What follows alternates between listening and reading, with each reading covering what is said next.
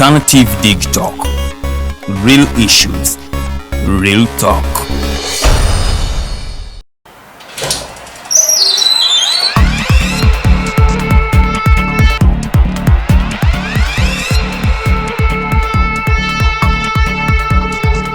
You have got to get up pretty early to go do something.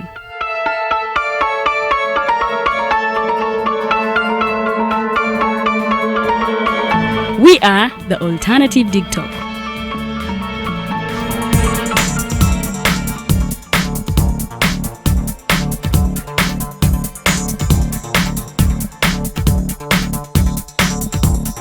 With our mobile studios, we are redefining TV presentation just as technology is setting the pace. We are blending our approach with fresh, perspectively designed breakfast show, The Mighty Drive, informative and entertainment show, exclusive and live interviews. We President Museveni wadde juzi namulaba apima akawunga kilo 2 tasobola kalya nini bwaba alya kilo 5 oyannema okuliisa eggwanga ne bwe limundekera. Njagala kwebaza the Alternative Dig Talk etuwadde kano ka Mighty Drive era n'abatuwuliriza bonna abali ku mikutu njagala basaba mugendo mu maaso n'okuwuliriza. All given to you just a click away on your phone, tablet, laptop, and smart TVs. As we are streaming live on our social media platforms, on the road and on the go. We are the Alternative Dig Talk.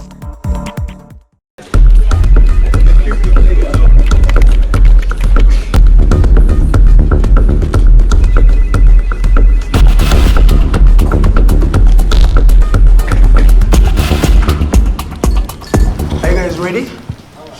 Okay, let's serve Uganda.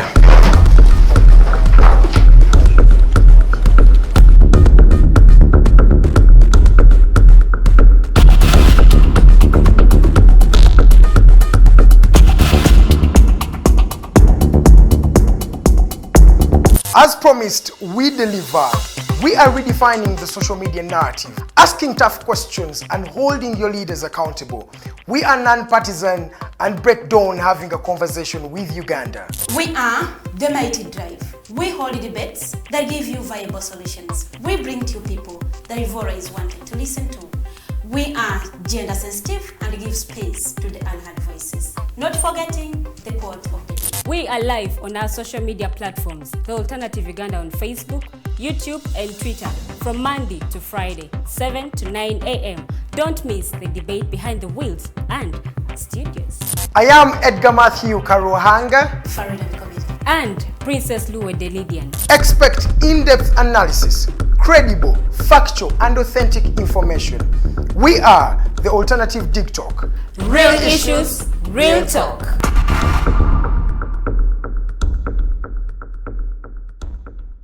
Nze omubejjalu wedde Lilian mbaniriza maka gaffe amajja era nga wano wetugenda okuba nga tukolera programu yaffe emanyiddwa nga The Voltage gaba masanyalaze gennyini era nga twogera ku bintu ebyenjawulo omwo nno mwe muli ebigenda mu maaso mu ggwanga ensonga z'ebyobufuzi n'obukulembeze bw'eggwanga Uganda twogera ku nsonga ez'abavubuka eddembe ly'obuntu awamu n'ebyenkulaakulana togisubwa buli lunaku olwokutaano eba ssaawa emu ey'akawungeezi paka ssaawa 3 ez'ekiro.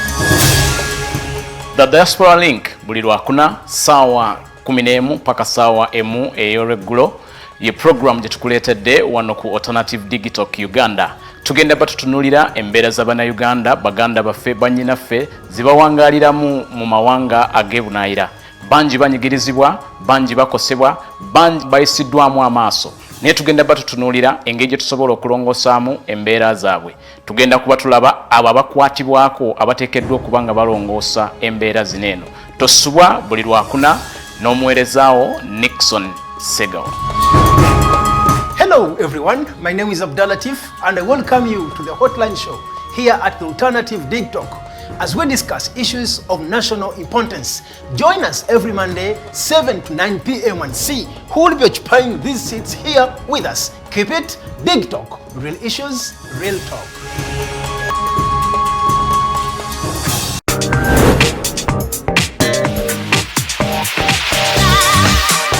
Gye Mbadde itaita nsanze abasajja nga bagamba lwaki abala batukuula Farida lwaki mukuula abasajja omusajja baba tebamukudde asanyuka busanyusi n'akuwa ssente kati bw'alaba nga tafunye kyayagala n'alowooza mbu wamukudde aba yazikuwadde oba tewamukudde. Okay, Lydian, lwaki mwagala abasajja abakulu? Nabo batwagala naye fetubagala lwakuba tubategekera future. Okay, tutegekera future, what you say. For more insightful topics, yes, keep it the alternative dig talk, real issues, real talk. Remember, Snap Talk airs every Saturday right from 6 to 7 with your girl Teddy Tenjo, but I never come alone. I come with the two beautiful girls. Farida Bikobere. Lilian Luwede, the princess. Meanwhile, we have a new home. I'm super excited. What do you think of our new home, Farida? I love it. I just love everything. Yes, let's keep it the alternative dig talk. Real issues, real talk.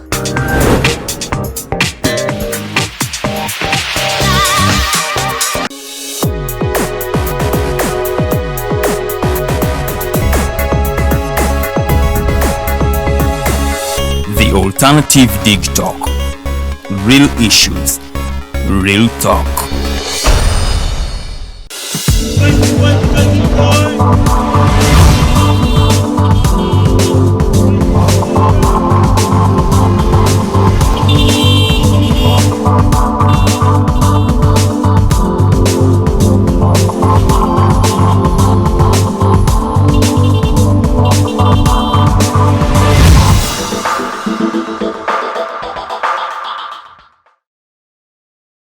A very good morning, Ugandans. Welcome to the Mighty Drive show and at the Alternative Dig Talk. Today is a Tuesday.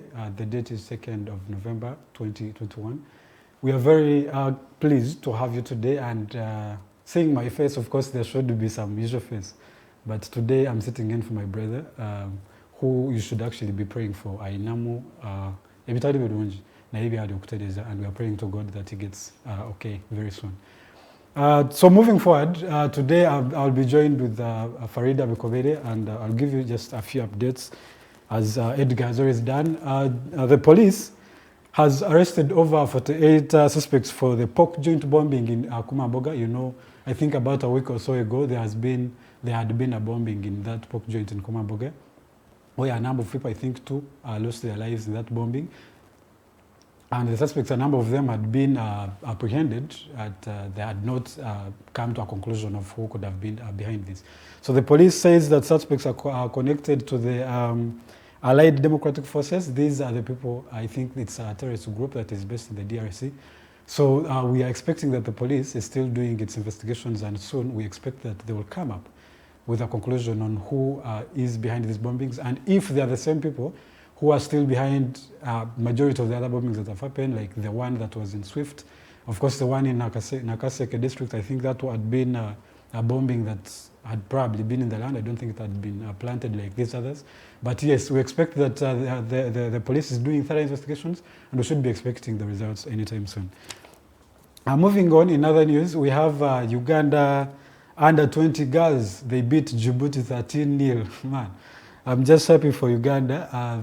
And I hope that we are looking forward to moving forward, and that the government actually looks at sports as a viable space that needs investment, because talent is being shown every now and then. The other day we had Dennis Onyango, who was the man of the match, and I think the man of the century, so to say.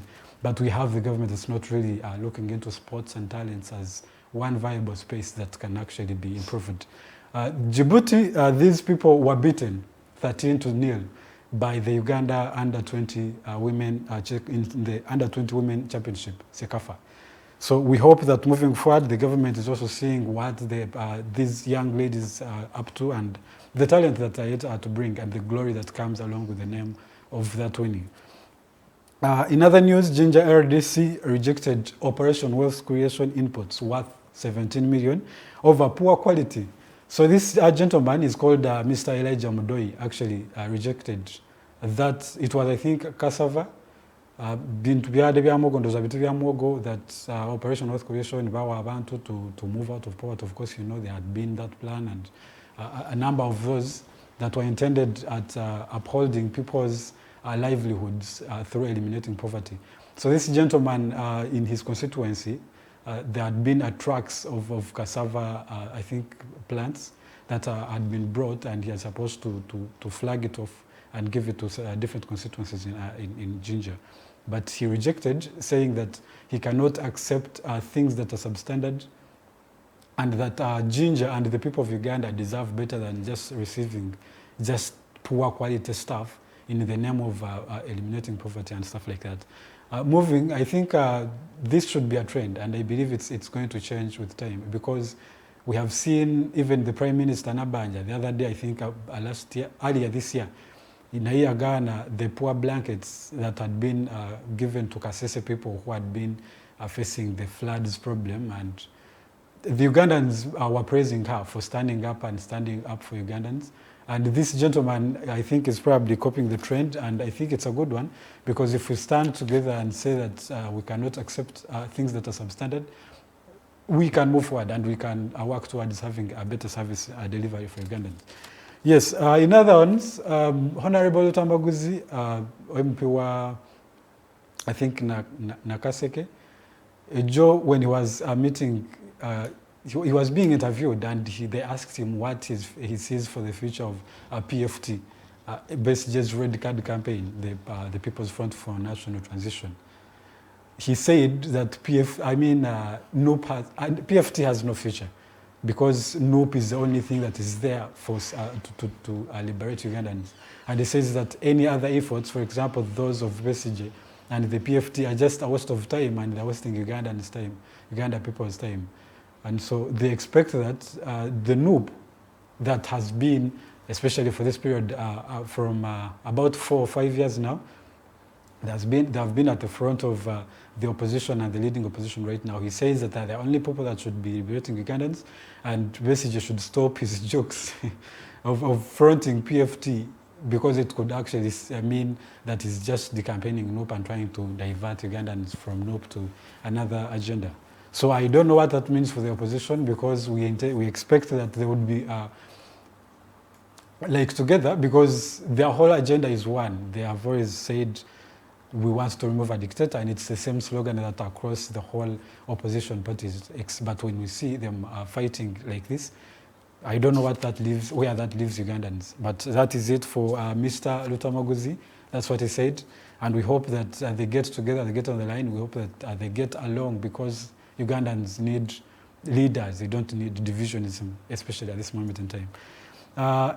Bebe Cool yesterday was appealing to Mr. Museveni to let them work beginning with December, because he says that is the best part of the year. That's when they have a number of people that are enjoying, especially after 2 years of lockdown and having done nothing in that whole period. He asked Mr. President that he lets them lift the ban on entertainment and bars and stuff like that to start operating in December, because that is the best part of the year that works for that particular industry. And there's some questions around and about in the social media, where that is Museveni still listening to Mr. Bebe Cool, because God seems to have shifted. There was a time when Bebe Cool yaveranga munkwaza Mr. President, and people are wondering if he actually still can make suggestions that can stand, especially for the president to follow. But yes, he asked and pleads with Mr. President, and I believe he's not alone. The majority of the entertainment industry is behind him, because I think that's the most festive season, and that particular industry benefits from that.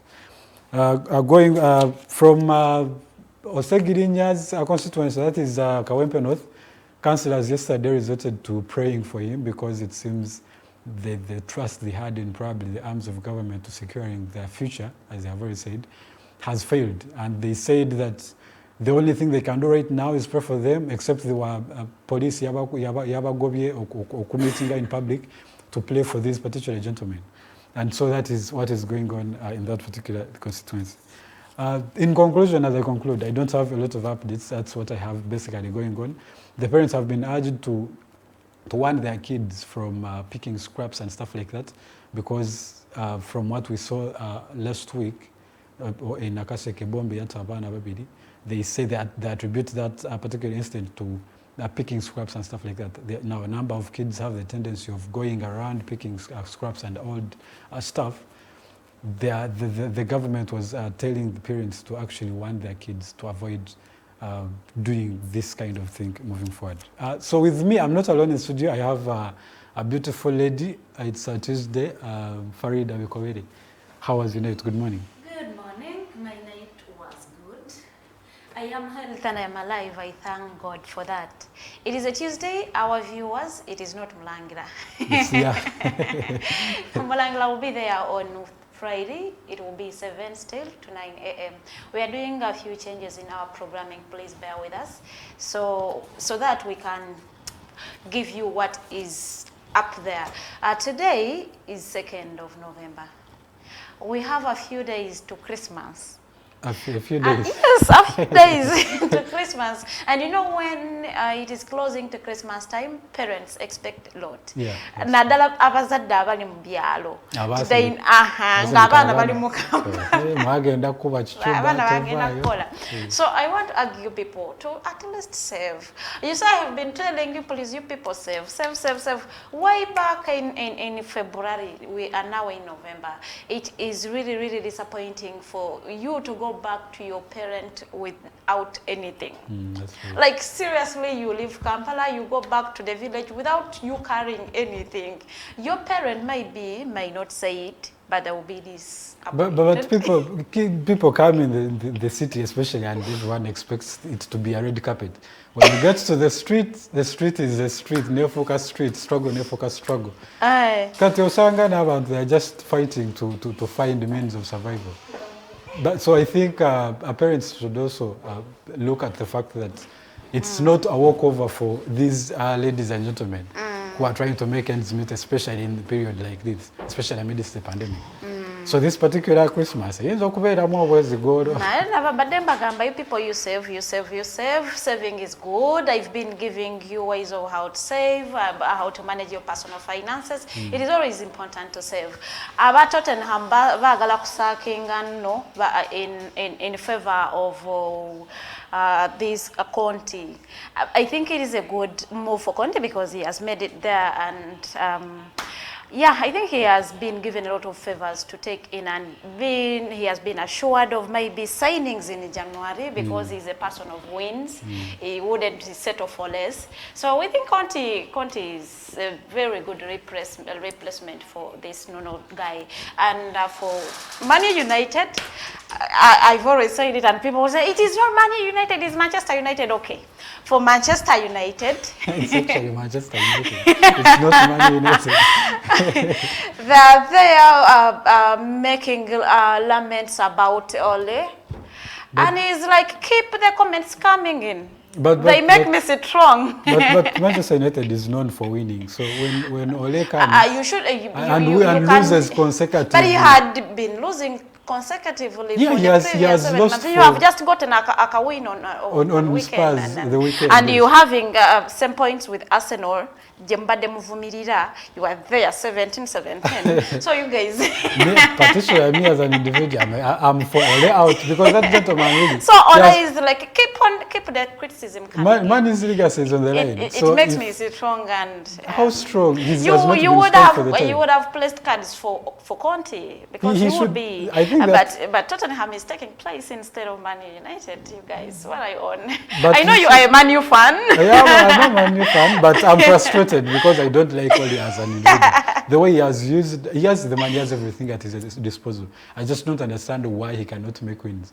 Because Man U has a reputation of winning. Yeah, and you just can't have a reputation players, on the line for that. I think you have players who know they know. Who know what? And they do not believe in the coach. So, and it is a reason why we are not seeing Ole on the touchline. It's because, possible. Yeah, he's not engaging his players. Because maybe he knows these players don't believe in him. It could be possible. But also Ole as a coach, you take the center stage. We have leaders around here who. Have you ever been in a group where people don't believe in you? Yeah, you fight for your space. Stand up and talk, people will be like, fight for your space what is he telling us? If the top administration appointed a team and said this should because be he has players that have brought trophies, and he has no trophy at all. He has not. And I think the best so people are like, this guy. The best line for him coaching United is because he was doing well at the time when he was playing. So I probably think they thought that when he comes, what he used to do on the pitch is what he should be commanding. Except now he's at the pitch where the people who are there are way better than he was when he was still playing for Man United. But Chelsea, we are doing good. We are on top of the table. You are. With the 25 points. Not for a long time, though. we know the future is not always for... so the Blues, we are not really bad. It's you and 10, but you see, it's just going to be about weeks in a few times when we Ole. With Ole in Manchester United, we are not scared. There was some guy the other day was saying that if Ole moves out like this, I do not know what Chelsea is going to do. Because they think that so when what happens if he doesn't go out? When he doesn't go, well, we are fighting for another season probably because this one is almost gone. But we shall do better. And you will do better? Chelsea will face its fate also along the way. It is there. I will give you the quote of the day. Sports to Mutade Bali. We are trying to chip in for Edgar because he would be giving you all this detailed sports who has been taken away, which coach is suitable for what team. So because he isn't feeling well, we are chipping in here and there to make the discussion not bore you. I know people are there who are waiting for the sports update, so we had to give you a few sports updates as you wait for Edgar. Tomorrow, inshallah, he will be here and he will be giving you the detailed sports, the transfers, whatsoever, who has been bought, who has been sold off, who is being sacked. Everywhere in each team, even here in Uganda, okwewaka noguzanyibwa naye sigugoberera nnyo. So olw'ensonga eyo sigenda guwaako update. Our quote of the day is, nothing in the world can take the place of persistence. Talent will not, because nothing is more common than unsuccessful men with talent. Genius will not, because unrewarded genius is almost a proverb. Education will not, because the world is full of educated people. The slogan, press on, has solved and always will solve the problems of human race. Nothing in the world will take the place of persistence. Nina talent, manya, ndi mugezi manya, nasomye, tebigenda kukuyamba, kuwininga. What is going to help you is you being persistent. Doing ekintu ng'okiremerako buli lunaku ng'oyongerako. And we said don't do the same thing every day because it is going to produce the same results. If you want change, you got to be creative and do different things in the same direction. Ogenda kubanga ate ofuna achieve oba goals zoyagala. We have our guest of the day is Namirembe Angellah. Ajja tubuulira abanopu nno buli ava mu nopu ajogerera bibi. Buli ava mu nopu twalabye wano Honorable Mabika yesterday nga wanda muliro. Angoli bwambga tokyali wa nopu. Omanya abanopu beewanika wali eri. So agenda tubuulira lwaki buli ava mu nopu agikuba masasi.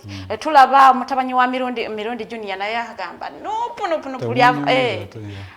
buli avaayo ayogerera nopu ebibi. So twagala tumanye, why are they ill talking about nopu? Is it because nti bagenda ne personal nga bye basuubira bingi ne batabifuna naddala be bamaticket bo abamu baali bagamba nti nopu was personalized. So we will hear from Angellah. We don't want to preempt the discussion of a person who has been a part of no. And in our discussion, we will be discussing why universities are making it mandatory for students to report with COVID certificates in this Uganda, where the vaccinations are not even enough. If you do not have a certificate, you cannot access the university. The parliament said they will be bouncing MPs or visitors who will be showing up at parliament without cards. For MOPs in particular, I will actually support Anita among you for making such a directive, because they should be exemplary. If MPs aren't going for vaccination, what should the masses expect? But this is a matter of life and death. So why would the Ugandan wait for an MP to first vaccinate? You see, when you choose to be a leader, you choose to always be at the front. Yeah, that's true. If it is for a good cause. So they should be at the front for the citizens to follow.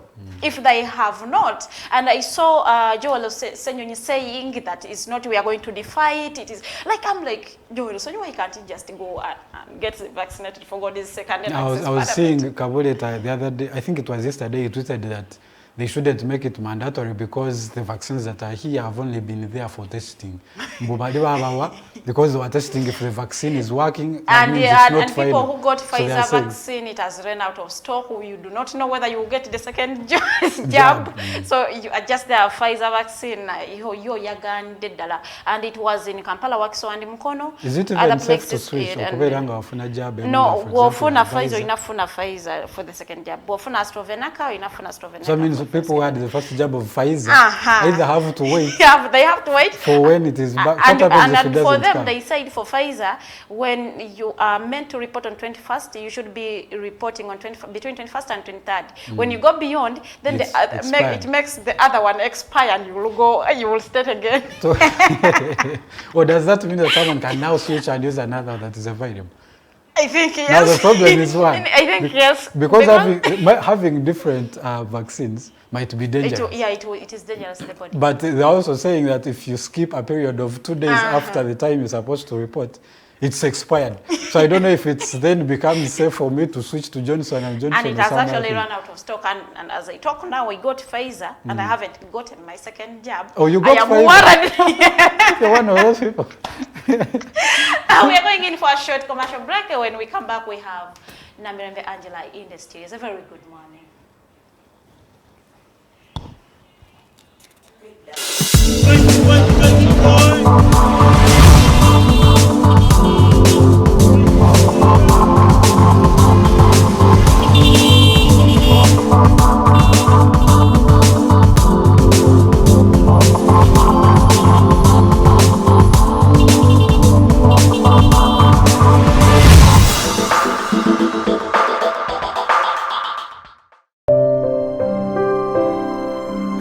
Hey Ugandans, I'm Lieutenant Colonel Dewa Kiki, the Deputy Defense Spokesperson, and actually the Deputy Spokesperson for the Uganda People's Defense Forces.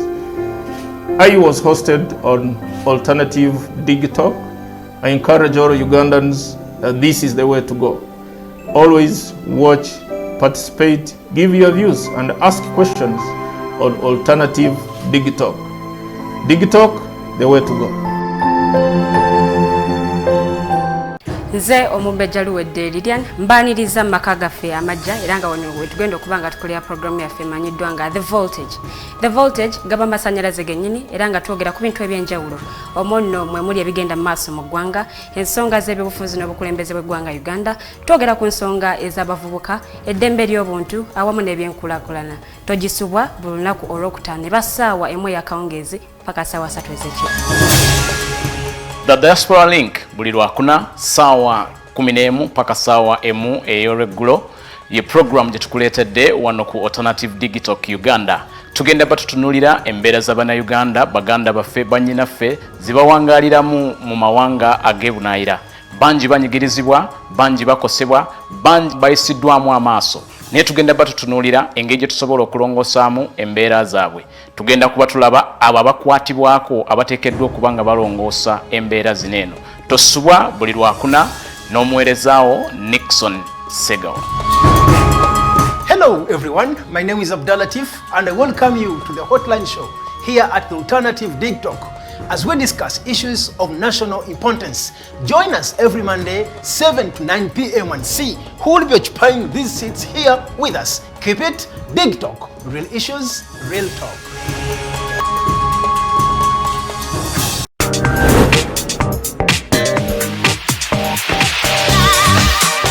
Jembadde itaita nsanze abasajja nga bagamba lwaki abala batukuula Farida lwaki mukuula abasajja omusajja baba tebamukudde asanyuka busanyusi n'akuwa ssente kati bw'alaba nga tafunye kyayagala n'alowooza mbu wamukudde aba yazikuwadde oba tewamukudde. Okay, Lydian, lwaki mwagala abasajja abakulu? Nabo batwagala naye fetubagala lwakuba tubatutegekera future. Okay, tutegekera future wakise. For more insightful topics, yes, keep it the Alternative Digital, real issues, real talk. Remember, Snap Talk airs every Saturday right from 6 to 7 with your girl Teddy Tenjo, but I never come alone. I come with the two beautiful girls. Farida Bikobere, Lilian the princess. Meanwhile, we have a new home. I'm super excited. What do you think of our new home, Farida? I love it.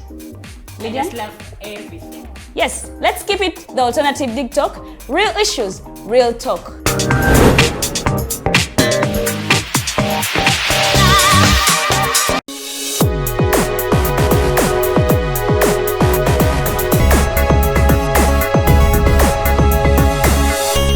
Alternative Dig Talk.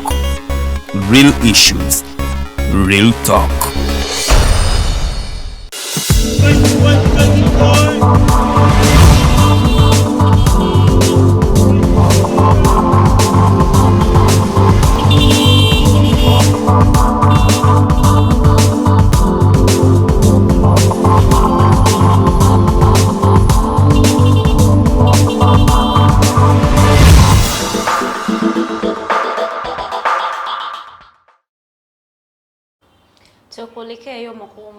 We have Namirembe Angellah in the studios. We are at our home in Lukolinanganda in the studios. We'll be dissecting on different issues. Universities wanting COVID certificates for students to access university, yet exams are near, just like next week. I remember my sister telling me, like, I have a presentation tomorrow. I'm like, you just reported on Monday, you have a presentation Wednesday. Get serious. And they are saying you should be having a COVID certificate to access the university. Gulu University and Chambago University, we do not know, since Angellah is from Makerere University, she'll give us what is happening in Makerere University. Are you guys being asked for COVID certificates? If yes, where are you going to get them from if you haven't been vaccinated? Actually, never vaccinated once, you do not have a COVID certificate, you have a COVID card. So if they want a COVID certificate, then you do not have it. So we do not know how students are going to manage the situation, but we ask the university administrations to be at least lenient to these students. Most of them are even in villages where walking from their home to the health center, where the vaccination is really, really long. And maybe they will, in them, I want to think, like, okay, I will get the job when I go back to campus. And here you have a reporter, and like, but those, they could report and probably say that you get the first job, you get the card. I would actually think the university would gazette an area and then vaccinate students from there. But if they're saying you should present the certificate, that is not really fair. And we want to also look at the relationship of money. Since I have a woman, I will always bring a topic that really relates with them. The relationship of young girls to rich women and buying them for sex and now using them, and even for rituals, because they have bought you. We have seen these stories on social media. The man gave me money, I'm this, and they thought he loves me, and he took me other ways, and I had to run for my life. So we will be talking and sharing ideas about why are girls running in for men with money. Why can't you build with your boyfriend if you have one and reach there? So expect a lot. Since we have a female guest, who will always bring discussions that relate with them for us to make the discussion enjoyable. I want to welcome Namirembe Angellah in the studios. You are most welcome. This is our new home. How do you see it? I say this is digital migration from the van to the studio. A home. Yeah, a home, it's a home. Yeah, I want to thank you people for migrating. I believe the van is still operating. Yeah, it is. Okay. I want to thank you for thinking about some of us. There are some of us who believe that when the political system, when we don't go through, sometimes we are forgotten by some people. But Amore is so surprised. Amore is given more courage. Oh, I get more courage when I receive calls from you people. I want to believe that you look at me as someone who is not just a mere person or a common person. Exactly. Yeah. So I appreciate that. Thank you for thinking about me. Thank you for always inviting me to speak to the world. You see, this is not for only Uganda, but the world keeps watching us. I'm grateful. Wow, abalabi ba Mulangira, you asking us where Mulangira is. Mulangira agenda kubeerayo buli Lwakutaano essaawa ajja kubeera ng'emu paka sawa 3. Twakozeemu enkyukakyuka mu programming yaffe ne tushiftinga program ye ne tugiza ku Friday. So abalabi ba Mulangira mulinde nga buli Lwakutaano era tubadde nga tutyannouncinga kuva last week nga tubagamba Mulangira agenda kubeera ngayo every Friday essaawa ejja kubeera ng'emu nga Mighty Drive bwe badde ng'ebeera paka sawa 3. Aba YouTube mujja kubanga mufuna sawa nga 4 aweze kumacha naye nga twagala okubategeeza Mulangira is still around TikTok. Roger, How are you? I'm very well. By the way, Roger is sitting in for Edgar Matthew Karhanga.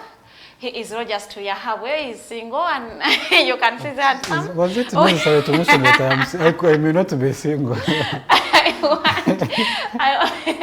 I want to give you, since I have a female, I don't want to overhype the whole discussion. You will say, so you're trying to do...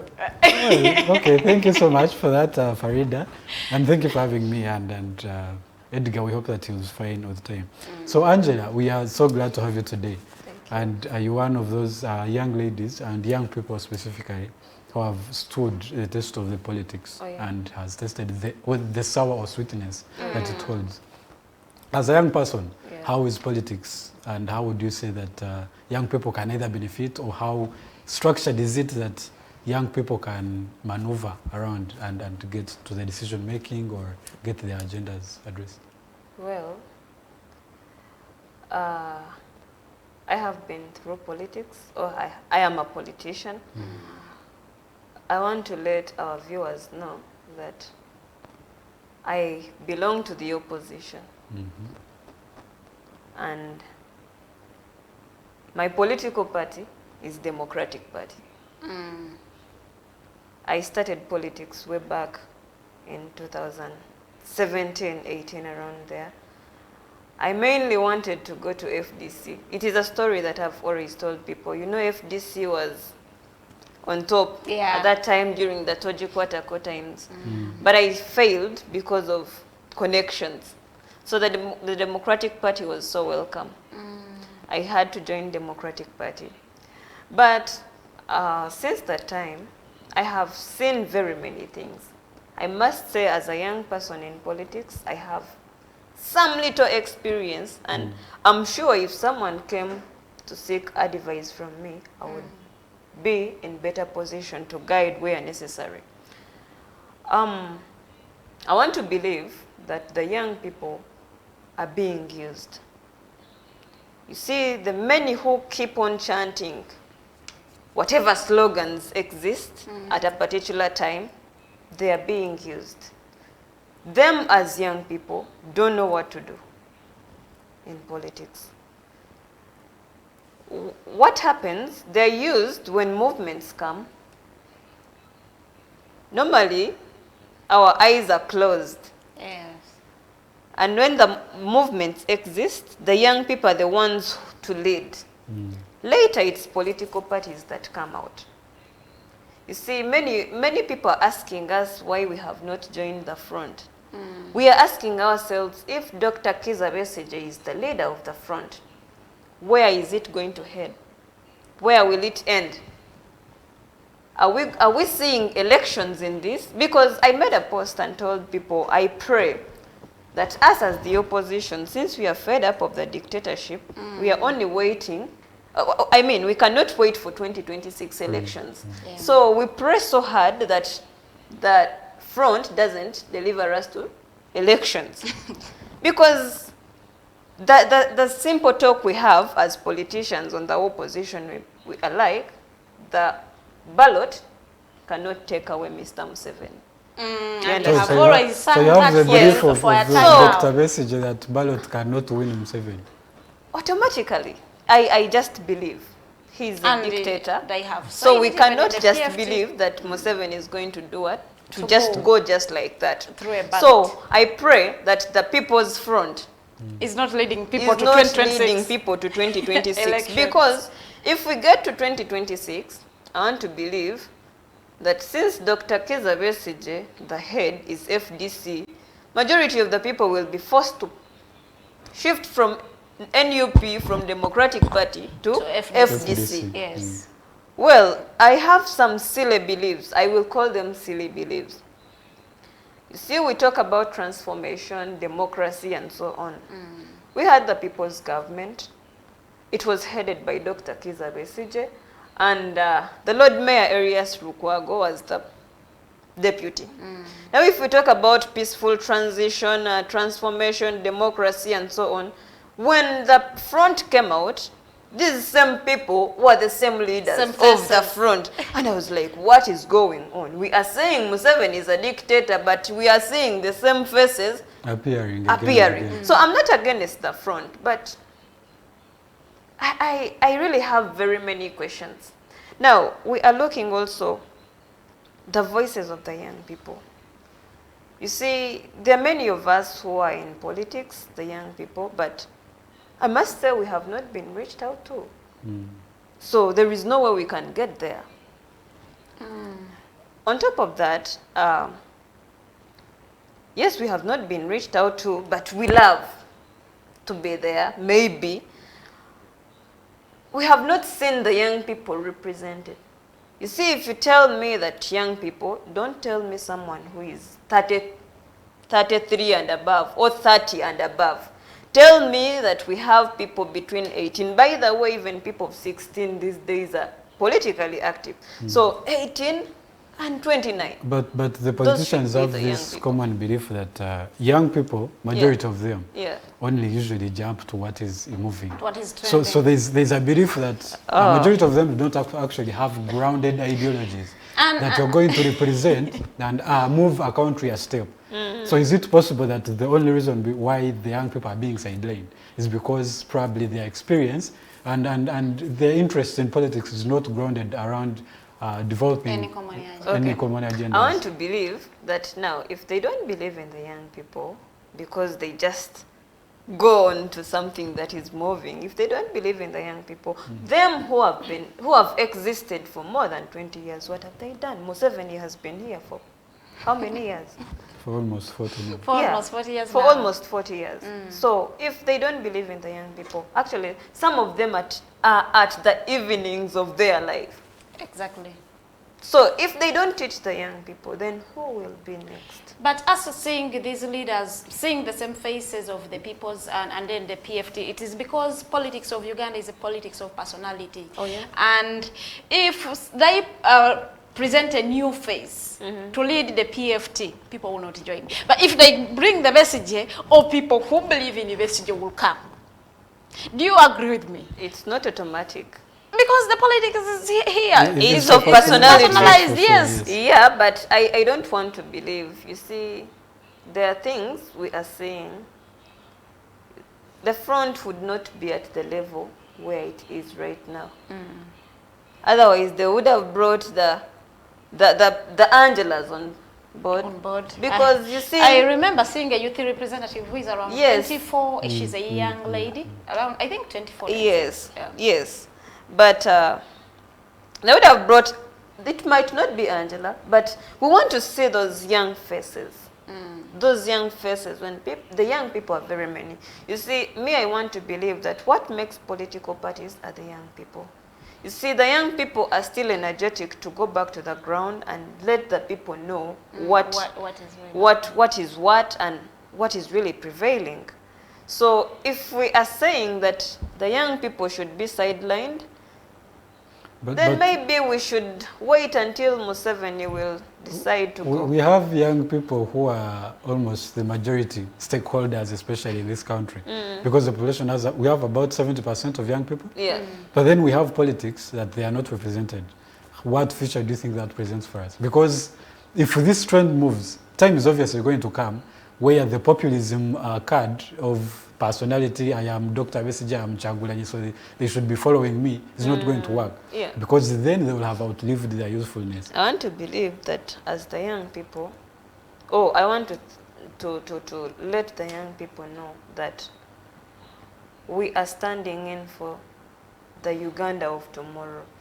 We always sang, we are the pillars of tomorrow's Uganda. But when is tomorrow's Uganda? Me, I want to believe that it is today. And it starts now. Because if Dr. Kizza Besigye has failed, though some people believe he hasn't failed, if he has failed, who is next? If Kyagulanyi has failed, I say that loudly, if he has failed, then who is next?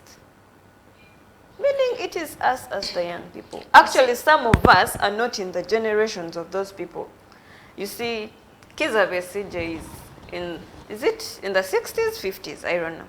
Then you see Bobby Wine is clocking to the 40s. 40s, yes. As Angellah, I am in the 20s. Now, who is there in the 30s? In the mid. Actually, now, what is going to happen is as we are aging, us who are in the 20s, there are those young people who are coming from high school. Yes. We are clocking to the 30s, and there are those young people who are coming towards the 20s. Now, time will come and they'll be like, give us space. It is what I'm talking about, the youth leaders who are above 30. Some of us feel they are occupying our space as people who are in the 20s. So we need to fight for ourselves as the young people. Who is a youth? Me, according to me, a youth is that person. Oh, actually, according to the Constitution. According to the Constitution. I personally, I contested as a youth councillor for Kampala district. And the people who were meant to vote for me, or the people who are voting for me, were those ones between the age of 18 to 30. So I don't want to believe that anyone who is above 30 is a young person. But I want to ask you this particular question. Having the fact that young people are the majority, are they organized for these political agendas? No. Because if that was the case, I want to believe that we would have the majority platform. You see? But young people are here and there, and that is why they believe they're only jumping onto what is moving. No. Are they positioned for actual leadership and stuff? There is one thing I believe in. The opposition itself is not organized. You see, the NRM that we are against is one. Yeah. It is one political party. Much as they have misunderstandings, they remain one.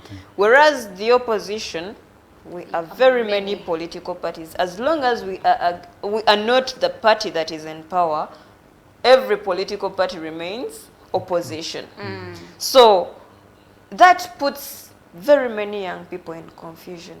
There are those who belong to NUP, there are those who belong to DP, there are those who belong to FDC and other political parties. So it leaves many of them undecided, disorganized. I am sure there are people I started with, or I studied with, and they were affiliated to the opposition, but later joined the NRM. We have seen very many young people who are intelligent, who are outspoken, but they join NRM, and you ask yourself, why? It's because the opposition is disorganized. Maybe because they believe in what the NRM does. No. It's not that they believe in what the NRM does or in the ideology of the NRM.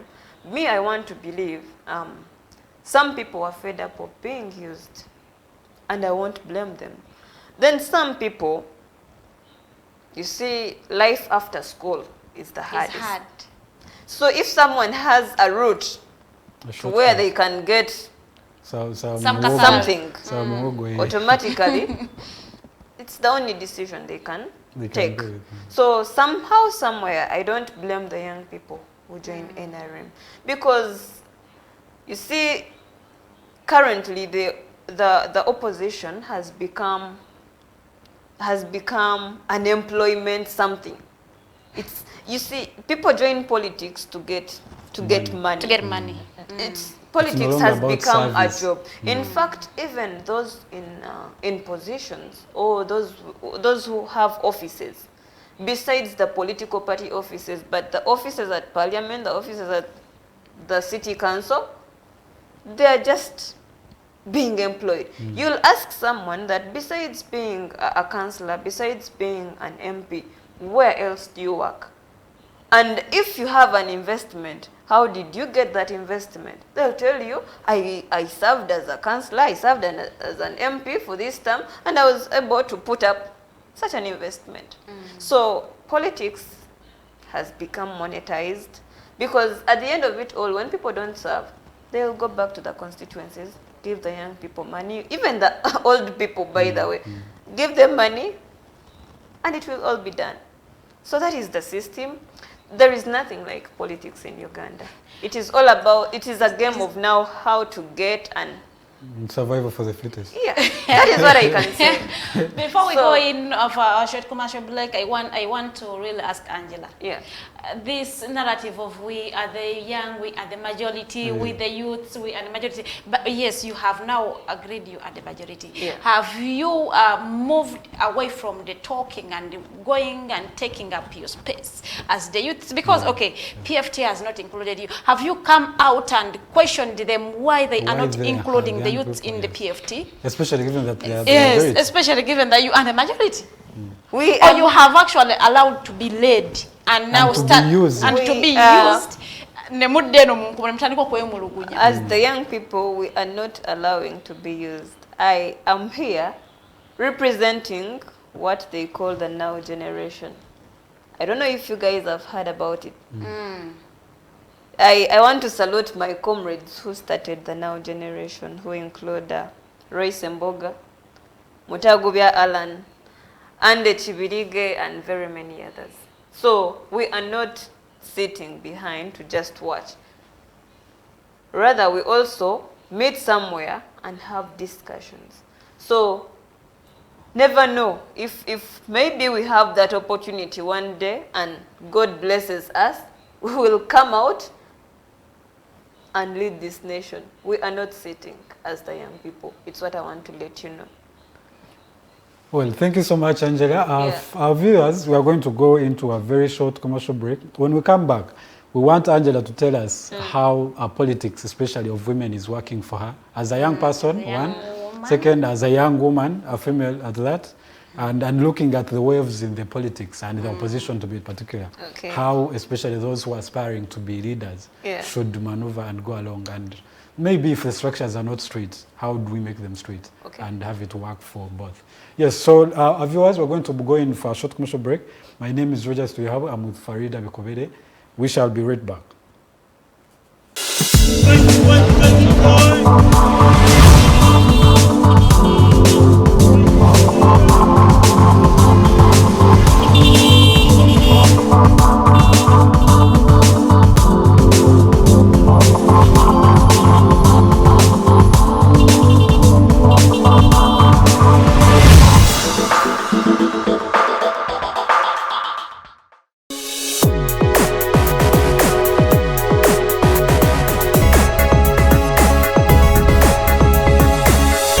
Alternative Dig Talk. Real issues, real talk.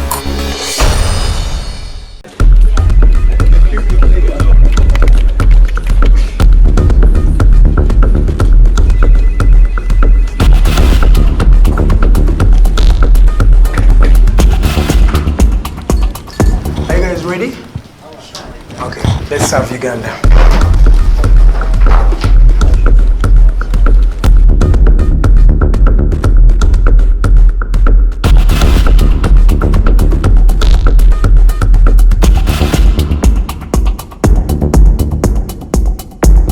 As promised, we deliver.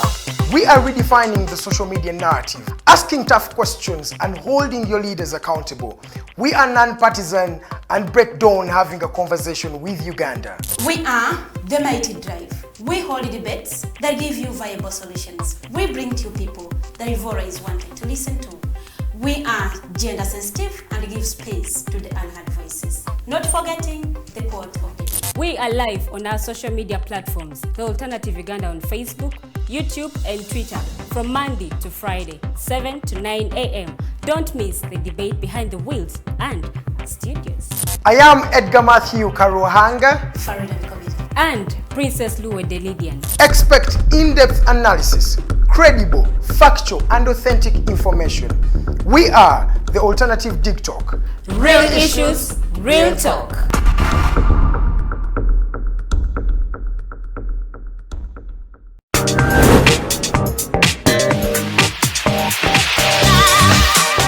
Jembadde itaita nsanze abasajja nga bagamba lwaki abala batukuula Farida lwaki mukuula abasajja Omusajja baba tebamukudde asanyuka busanyusi n'akuwa ssente kati bw'alaba nga tafunye kyayagala n'alowooza mbu wamukudde aba yazikuwadde oba tewamukudde. Okay, Lydian, lwaki mwagala abasajja abakulu? Nabo batwagala naye fetubagala lwakuba nti batutegekera future. Okay, tutegekera future wakise. For more insightful topics, yes, keep it the Alternative Dig Talk. Real issues, real talk. Remember, Snap Talk airs every Saturday right from 6 to 7 with your girl Teddy Tenjo, but I never come alone. I come with the two beautiful girls. Farida Bikobere, Lydian the princess. Meanwhile, we have a new home. I'm super excited. What do you think of our new home, Farida? I love it. I just love everything. Yes, let's keep it the Alternative Dig Talk. Real issues, real talk.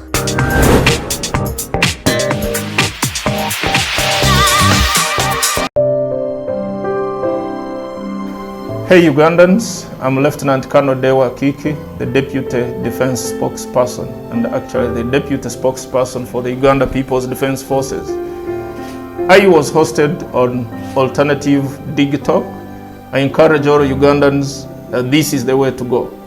Always watch, participate, give your views and ask questions on Alternative Dig Talk. Dig Talk, the way to go.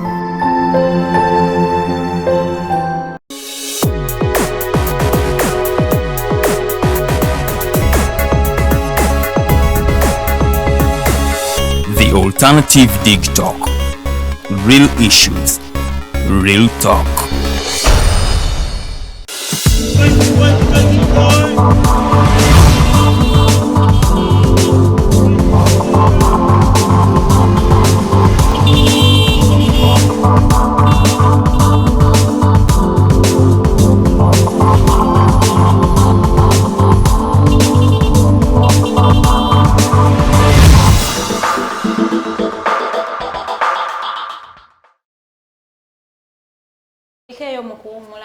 Oluzungu lubadde luyitirivu mutugambye oluzungu nga luyitiridde katugenze bujjajja Luganda paka last mpaka ezinaweerera ssaawa 3 njagala okubaaniriza tukyali ku Mighty Drive. We still have Namirembe Angellah akuba FDC akuba NOP akuba PFT people power yaliyo simanyi kyamujjayo naye nabo abakuba ndaba nabo abakuba kati ye agwawa watuufu Anjiro kwa buli wamu ogenda okubawo ogambye birthday yagwa Bobby Wine yagwa na yaba n'abantu bakkiriza nti bagwa because akkiriza nti yali defeated ya preparing omuntu okumuddira mu bigere naye antannakkiriza kuba baba claiming nti bawangula ne bababba kyanjawulo ogaba akyasigala nti yawangula Farida naye okkiriza Bobby Wine yagwa Farida nze sagala kumbuza abuza ogwawo okusookera ddala nabagambye ndi mwana wa Democratic Party naye aba DP block bajoyinize PFT Democratic Party yatakiririza mu Robert Mao ni mwana wa DP yatakiririza mu kulembeze wa kulwaki tokkiririza mu Robert Mao bingi atubuulireko ebitono bingi nnyo byesitayagala kwatuliza wano ebyusi obimanyi nti wabeerawo ebyama by'ekkanisa ne wabeerawo n'ebino eby'abantu bonna okutegeera kati ebyama by'ekkanisa byesigalize otubuulireko bino obutono osobola okufuna obutakkaanya n'ebbaawo mu nnyumba kituufu naye ate nga togenda kubuulira abaneiba eby'omu kisenge obireka n'ogamba omusajja otagula mmere ekyo kiba kya public nze nzikiriza nti ebyo ebyama bye nnina byonna ndowooza bya kisenge nsigala ndi mwana wa Democratic Party ali proud waliwo ali ebweru eyandyagadde okujoininga DP kati wawulira ng'ogamba nti waliwo ebitateredde mu DP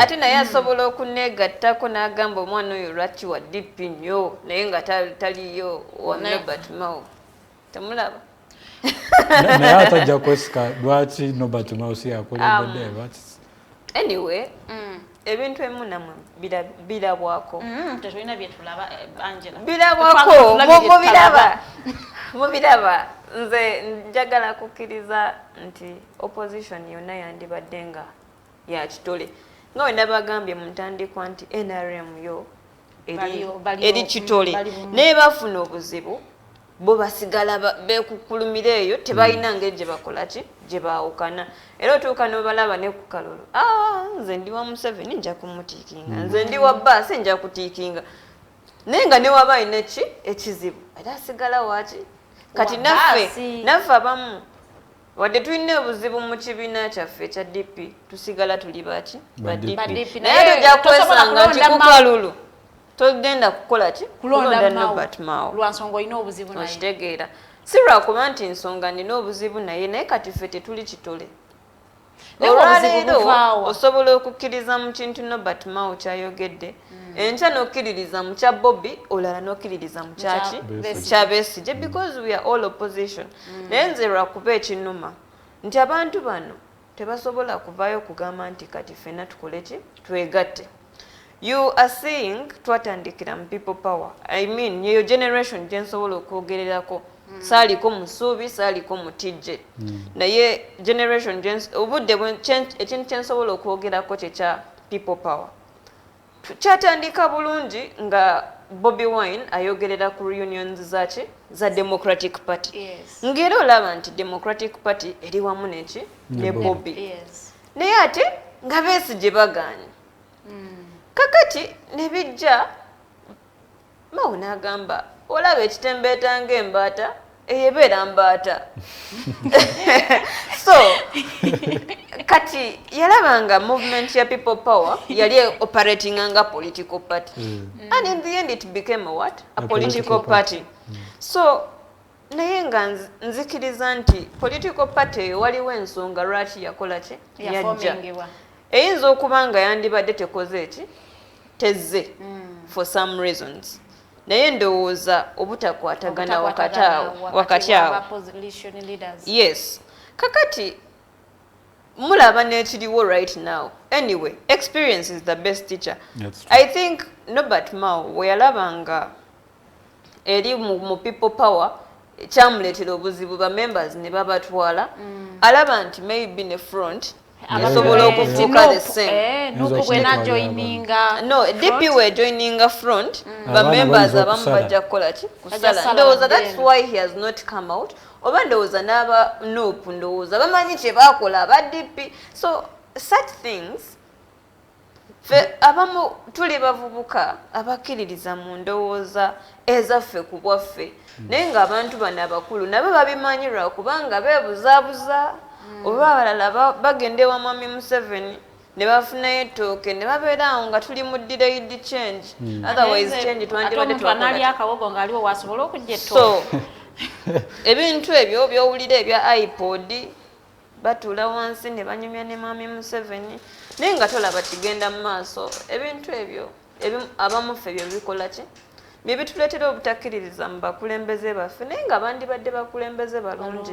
Otunulira omusajja nga Norbert Mao wallahi oluzungu lwe obwongo woba omuwulira ku programs ezimu omwegomba naye actions oba zaddawa. You see naye is it possible that nga kategori wa DP nti waliyo n'abalala abatabelivinga mu Mao? You see so osanga in ideas ze zalowooza nti party can take on naye because some people do not believe in him in walaba kye bayita the DP block. So DP block era bali part of Democratic Party. Yes. You guys mwabadde ne Mabike naye kati Mabike akugamba SDP naye nga Mabike yava mu ki DP mukitegeera oba ekintu ekyo. So there are some reasons as to why abantu abamu baba DP naye tebakkiririza mu ki. Namuntu yali ebuuzizza kiki ekyakutwala mu DP then ng'okkiririza mu Mao nti saawa eno you are in DP naye kati saawa eno otandise obutamukkiririza. Nze kyantwala mu DP teyali Norbert Mao.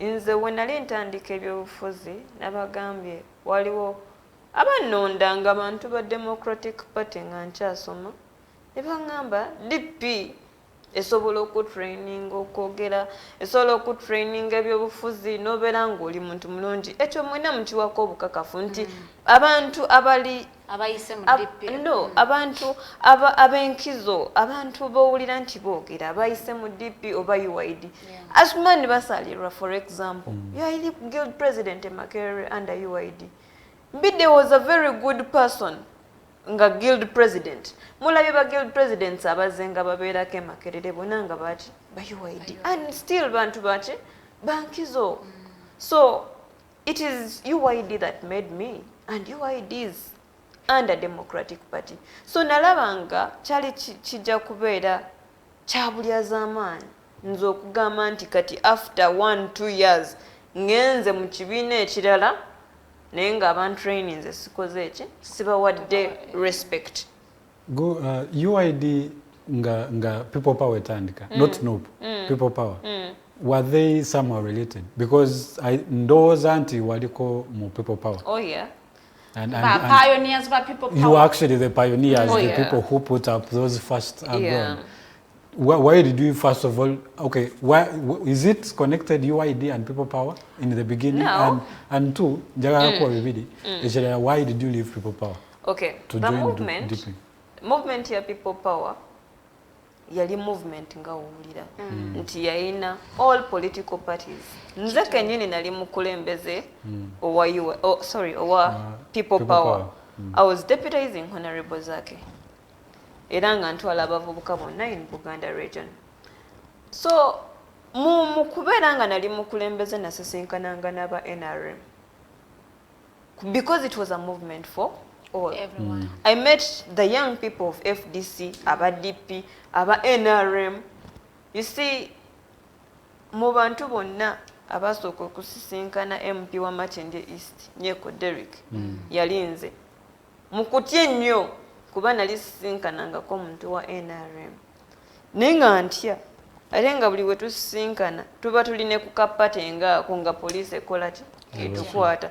So people power yali ya byonna okubeera nti UID was under people power oba yali affiliated, it was an umbrella that welcomed everyone. On top of that, ba pioneers ba UID omuli abaami ba Mukaaku, Mabike, ba Dr. Lulume bani, bona they were part. And those are the people who trained me about tuzanga Kabalaza ka Johnson ku London Chambers. Offices za UID weziri nga batusomesa ebyobufuzi. So bali part nga abakulu baffe era naffe abamu ne tugamba if they are part naffe katukoleki katubeegatteko. Era nzijukira bulungi people power movement twagenda e Bugiri naye ng'era olaba there is that group of UID abaana bali trained nga ffe ababeera ku ground at least nzijukira naliyo for weeks 3 nga ffe ababeera ku ground ne twogera n'abalonzi ba Sumaani basalirwa. So sikiririza nti UID ne people power tebyali byebimu. Eri yali movement ng'egatta buli omu. So n'aba NRM koro bajja ng'owulira NRM people power. But not until it was forced to become a political party. Abamu ne tugamba nti yes kakati bakama baffe bo abakwata zimanvuuli kwolwo olunaku ffe abamu tetwabagoberera. Twagamba kati nganze neŋŋamba we naaweereza emyaka 4 nga nkyali mu byobufuzi bya Uganda nja kuba nnyingidde political party meka. Kati nze ekyange nawankubadde neesimbawo naye saali ku kintu kyakuba nti tutunuulira bifo. Era otunuulira nti political party lwaki yajja ojja kwesanga nti main intention yali yaki yabifo. Nze there is a time actually 2019 nagenda okuwulira nga amaanyi mangi nga ndabira ddala Museveni tumutwala naye ekibiina gye kyaviira saategeerayo. I have a call. Good morning, you are watching the Mighty Drive. Good morning, Good morning. No man here. I have I don't even know how I can ask Angel. I am getting surprised. kati wali abakatoliki ng'ate mukatoliki n'akatereka mu paapa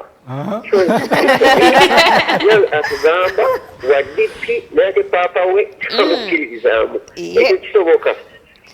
Then I have always wanted to ask young people of DP especially, I honestly get confused between young Democrats, DP, the former DP Youth League, and then the DP.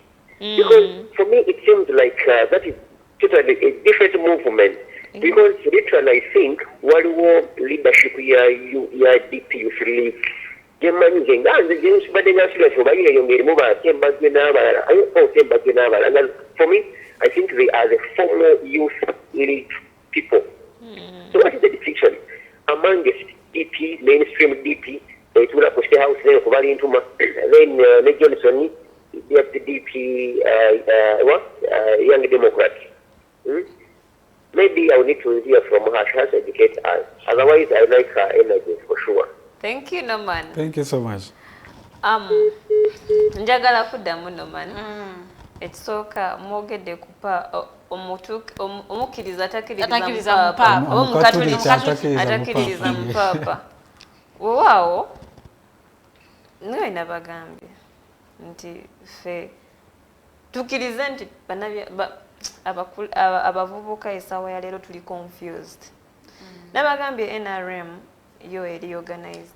I mean, tebali that organized naye bali kitole kimu. Yes. Kati ffe we tuba tukkiririza mu opposition, olwaleero ojja kukkiriza mu mawu byagambye. Enti okkiririze mu bya Besigye, olala okkiririze mu byani? Mu bya muntu, olala okkiririze mu by'omuntu omulala. So tusigala tetukwataganye.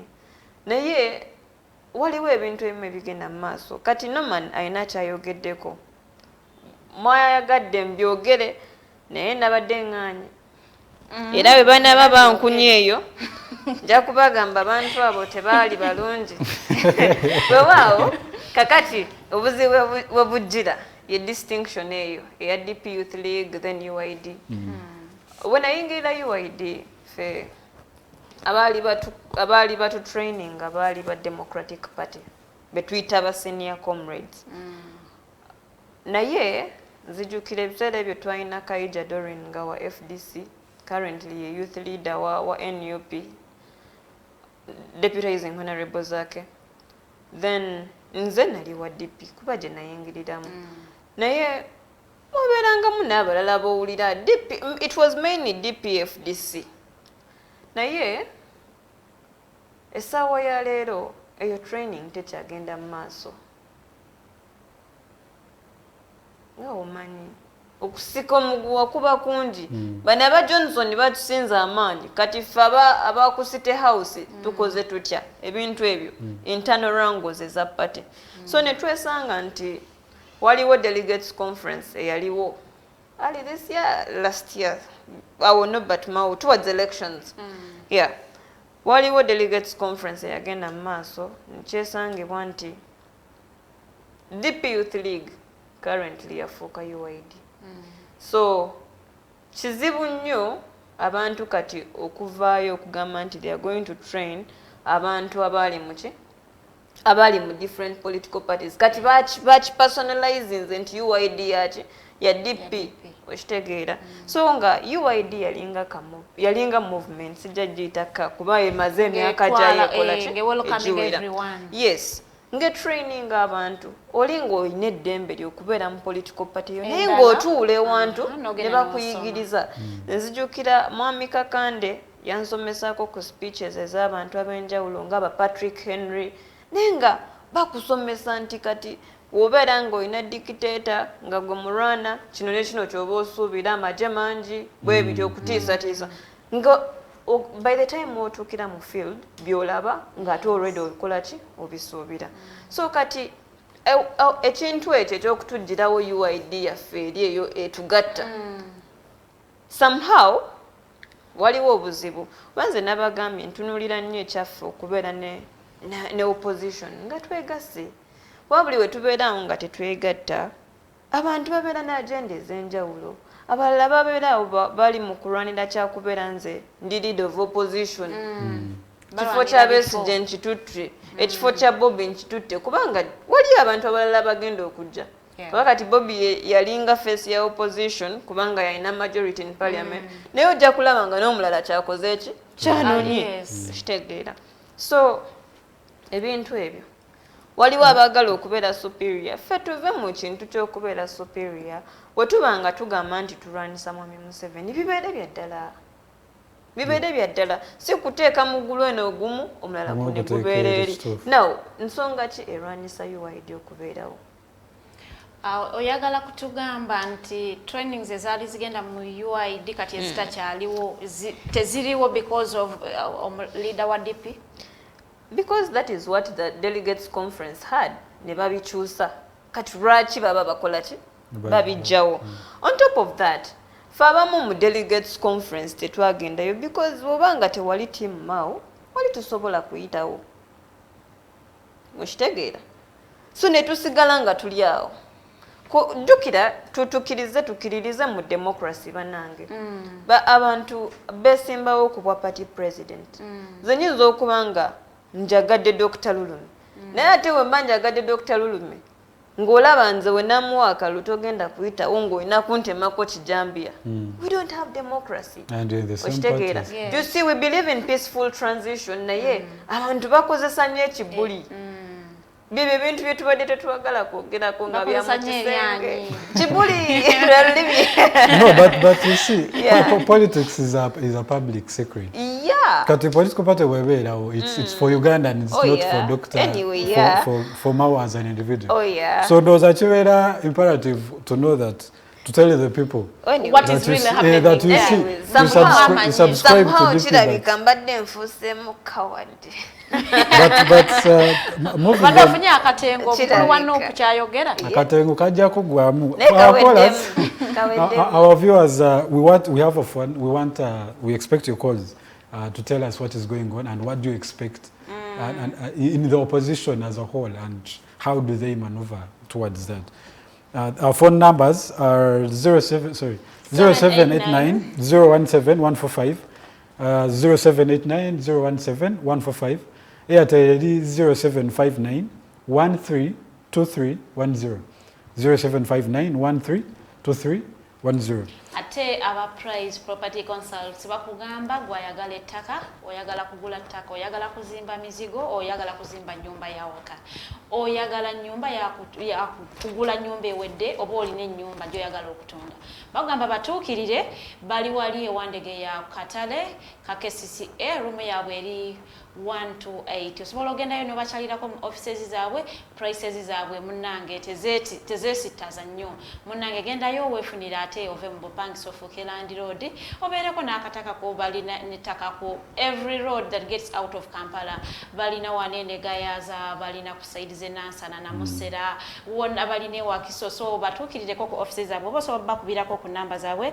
0706 14706 oba ku MTN yaabwe eri 0783 82 19 wasobodde bakubirako genda ko mu offices zaabwe wali ewandege ya katale ka SCA second floor room 128 bajja kubanga ate bakuwero kaminga nga n'ekizibu ky'omukwano bakikolako mwabali ebweru kyankizo nnyo mukube esimu munnange si kirungi kuweereza sente zo ne zigwa mu mikono gy'omuntu omukyamu gwe wali weesize ate n'okola mu kiyumba emyaka ebiri n'okomawo nga gwe yali akusuubiza nti yakugulira ettaka oba yakuzimbira ennyumba nga tewali kiriwo abakyala mwesiga nnyo ba boyfriend bammwe naye ate mukabye nnyo amaziga omusajja namuweereza sente zange okumala emyaka ebiri n'aziwasaamu omukazi omulala nga buli sente gye yali eweereza yali erabirira mulala it hurts so kyovola tubagamba mwesige nnyo aba price property consultants they are tested so munnange tetulanga abantu baffere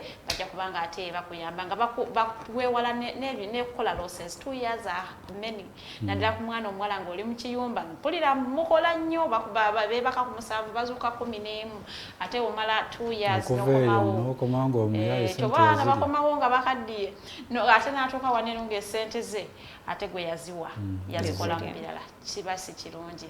We still have Angellah atugamba DP erimu ebirumira ono bagamba omuti ensigo y'omuti tegwa wala kuva ne maama waayo omuntu ali abwera atali mu studio nga talabye Angela bw'amuwulira awulira Betty Namboze nga talaba face just awulira ddoboozi n'ebigambo ebimuvaamu there is a replica of Betty Namboze but all the same I love her energy. I love how she dissects on issues. And so someone is asking, a delegates conference is for delegates. If you are a delegate, why did you miss out of the conference that resolved to co-opt you? No, I wasn't a delegate. Oh, you were not a delegate? But you had been, you were actually a material of UID from Let me the tell you university. this. Let me tell you this.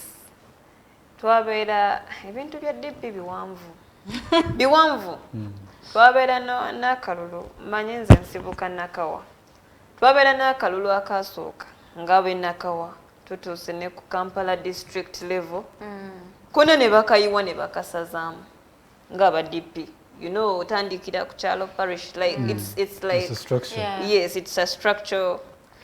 Waliwo erinnya lye bakiyita but linvudde mu mutwe so twabeera n'akakalulu naye ate olwamala abakulu ne bagamba ebyamwe bimwalonze bikyamu ne babisazaamu naye tetwaddamu kulaba ate kalulu kalala nga mumaze okulonda so tebaddamu kuorganizinga kalulu kalala tetwaddamu kulaba kalulu kalala era twalabirawo nga bantu bakoze ki bafuuse abakulembeze era ne bafuuka ba delegates so twayagala nnyo okulembera ekibiina kyaffe naye munaye byakola ki byatulema so ensonga lwaki tulina okwemulugunya okuwera lwakubanga ebintu ebyo twandibadde abamu tetwagala biteeka mu ki mu kamera yeah at least ne tubitereza internally lwakubanga naye temuli bangu but we wanted to yeah njagadde omukazi akireete politics w'abakyala akutambuza atya politics w'abakyala wow alimu challenges nyingi nadala ku muwala omuto ate well abantu abasinga naddala abasajja baba bagala to take advantage of a young girl awava olugero olugamba nti eri alumirirwa nga talina kigendererwa so waliyo abantu nga if you want a position basooka ajja kukikuyitiramu kugambe waliwo ekifo bwekiti ne bwekiti oba okyali awo kiro mu kiro saawa mukaaga obuliri bwe bufaanana butya byebyo ebyobufuzi ate obuliri bukwataganira kakati ng'omwana omuwala obwongo bwo bwe babutunulira wala otuuka ne weerwanako oba omanyi nti oyagala you either get the position for sex or you don't. Or you lose the position. And keep your values. Oh yeah. On top of that, fe abamu batulabanga abali weak-hearted abawala. Nti weak sex. Yeah, nti tetusobola kwerwanako. So someone by then nali katono nnyo. Nga abantu bandabanga aka yes person. Naye nga wentuuka okwogera omuntu agamba yoyo yeah so bwe batyo abantu bwe batutwala abamu baagala ne batulinyirira some people even tend to want to go physical ate n'ekirala abakazi baba bossi baffe abo bakulu baffe baba balowooza nti tulina ngeri gye tukwatagana ne babba baabwe so sometimes ebintu bifuuka too much oli muntalo ezitali even so kati wosanga omuwala nga nze nga ntuuse nempumulamu nensirika politically waliwo ebintu bingi byembangezaako okwewala kuba buli we bakulaba nga weewujja ng'ate n'ekikuwujja tewali kigenda mu maaso like seriously weewujja odde n'oddeeri naye nga tewali kigenda maaso kyojjeeyo awo manyawo slogan ziba zikyuka we will remove a dictator kirabika nze kati slogan gye nnina we will remove a dictator for now we are not removing a dictator because tuli mu kwewujja naye nothing is happening baba mukitegeera tewali kigenda mu maaso so lwaki mbasewumuzamu How kubanga ne direction gye mba ntwala sigiraba oba okitegeera kati Angela, to be living in a Mao, you do not subscribe to FDC, you do not subscribe to no opposition leader that you will be living in. Sagala kukkiririzamu opposition leader nze nekkiririzamu nga nze kubanga okuwaba kususse misleading us efuuse too much.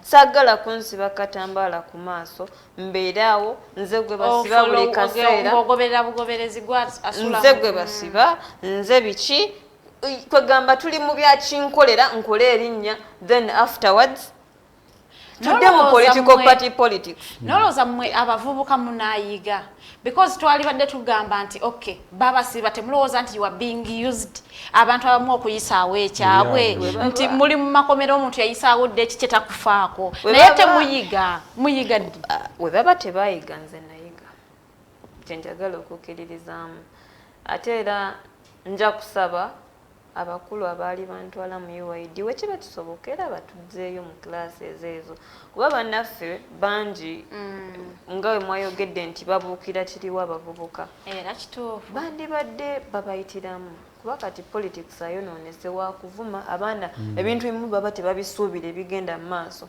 kati wakuvuma gundi olinga kino biki kati abo tetukola ki ffe abamu tetusobola kugenda n'ebyo bintu kati ye politics aliwo for majority kati ffe abamu twabiyiga ebyo netugamba oba okuvuma kwe kujjako Museveni kabakoleki kabakukozese nefe nga amu tetugenda kubyegattako so nze wongamba nti why don't I subscribe to some political parties ideology kati yakola ki yakyuka kati yakuvuma abalala ideology simanyi wajje batutwala kwegamba buli lunaku zibeera press conferences batudde what is the next plan so I don't want to waste time nina ebitabo ebyokusoma kubanga bwe tunajja mu gavumenti nja kubeera nga nsingako ng'osingako kubaamu nno ng'ate abasinga obungi nsingako so kanjira nsoma ebitabo ndifuuka atone jeno mu gavumenti y'omuntu mu gavumenti empya abaana beewambadde ebifo speaking of government empya wayogeddeko earlier that PFT has been formed and you hope that they are not fronting 2026 elections. Yes, kati wetuwamba. If you don't believe in the elections, because the idea, I think, majority are trying to adopt it now, that Mr. Museveni is not someone who is going to win the election. What alternatives do we have? And what should we expect from the opposition? Because the NRM is saying Museveni is being legitimately elected by the people. The electorates are there and they have voted for us. And then we have our hopes in the opposition that also says election is not working for us. Well, the alternatives we have, me, I believe in unity. Choka. If we unite. You have our opposition. Yes. Because when kugamba nti sikiririza mukino sikiririza mukiri njagala tubeeko olunaku nga ndaba eyali jeno muntu nga asobola okutuula wamu ne Dr. Kizza Besigye much as they had misunderstandings nga jeno muntu engeri gye yajjanga ku DP reunions nga asobola nga nemma wasobola okujja n'abeegattako abasatu ababiri abo nga ate ne Mwami Kyagulanyi kisoboka. Me, that is what I want. Era reunions we zaabeerangawo naddamu amaanyi ne ngamba Museveni agenda naye abantu bakola ebintu byabwe ne tusatulukuka. So ebintu ebimu we tubyogera in depth abantu bayinza okugamba we are trying to incite violence. Naye nze nja kukyogera Bobby yayimba obumine bwebanga bwakuŋŋaanye engobu gitwala terinnya. So bwe tuba twegasse nga FDC, DP, Jema, biki byonna tukkiririza mu lulimi lwe lumu ne tugamba nti kati tusonze. I believe Museveni can go. Naye because we are disorganized ate naye n'atongeramu abantu abeefuula nti opposition. What happens? So we are waiting for unity of the opposition. When is it coming? I don't know when it is coming because buli omu ayagala kubeera nga yafrontinga post. Buli omu ayagala Now we have PFT, which is now a pressure group. Yeah. Lutamaguzi yabadde agamba NUP is the only future we have. PFT is just wasting the time on Dr. Message finding relevance. But Lutamaguzi agamba wa Democratic Party. Ate who by the way wa Democratic Party wamu. Kati wabagamba nti NUP tatubuzabuza. Osanga naye alinga gwe. Nga naye tatereeza No, I'll be honest with you people. Singa tulina people power. People power. I'm talking about the movement. Yes. Nga wetwali. I would feel okay with it because it entailed everyone. Ate olaba nti n'aba FDC tebalimu. Abantu bagamba nti aba FDC tebalimu. The people who were FDC before nga currently bano kubanga abamu NUP we yajja nga bali mu people power basala busazi. So nze nzikiririza mu people power. Tujukire nti twayogeranga nnyo amaanyi g'abantu ate ne tukirabako nti it worked in Bujiri, it worked in Arua ne mu bifo ebirala. So nzikiriza nti we twegatta kiba kikola amakulu. In the last 30 minutes of the show, Angellah agenda kubatubuulirako universities aguddewo, which years are being accepted at the university, aba first year, which years are not coming, kuba abaana abamu tebamanyi, bo balowooza kati universities ziri open, everyone is going back. I heard Makerere is considering first years and those who are preparing to graduate in their final years. What is there? Are you being asked if COVID certificates as well? Well, Farida, nze sisomera Makerere. I study from LDC. Oh, you are at LDC. So LDC eri Makerere. Yeah. Oh yeah. So yesterday nagenze ko LDC and abaana babadde batandika ebibuuzo. Naye ekyabadde wali oba tulina COVID results totawana. But abaana babagambirawo babadde nga basoma ku Zoom. So babagamba badde nga basoma and yesterday they started exams. Kuba university wizo abadde zigulawo tebalina budde never not tuyinza okudda mu lockdown endala. So abaana bangi abandi badde bakola diploma bakoze degree mu diploma like okola emyaka esatu ngwa toyina okukola omwaka gumu like that is the diploma of LDC. So tebalina budde kyebava bataddewo ebibuuzo abantu bakole bagende bakole ebirala.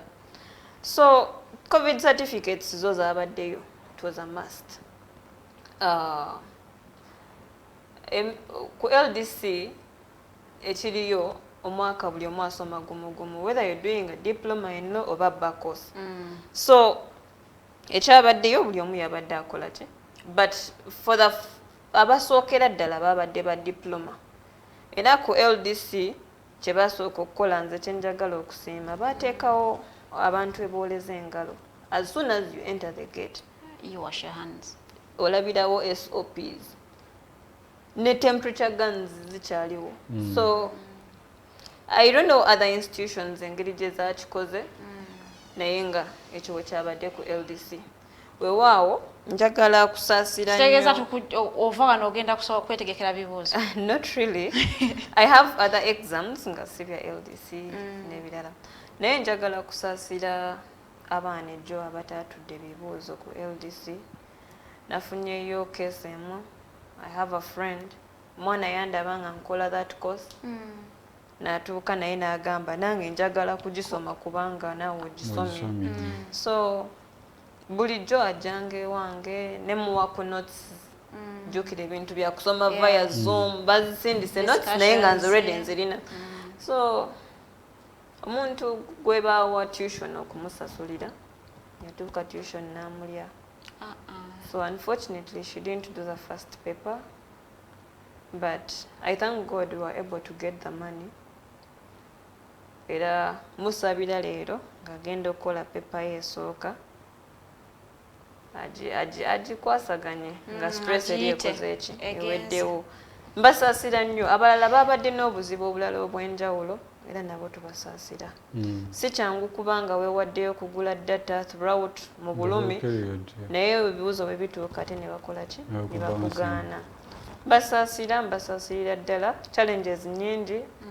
Abalala abazadde balemereddwa okusasula kuba embeera ya covid teyisizza bantu kyekimu oba abantu bonna tebalisenga bali kyekimu tubasaasira bannange naye katusabe ebintu bitambule bulungi gye bujjeyo mu maaso. Angellah kulikayo mukomera tumaliriza ono musibe gwe mulaba wano yasula mbeera yadde yakava mukomera lunaku 2 emabega.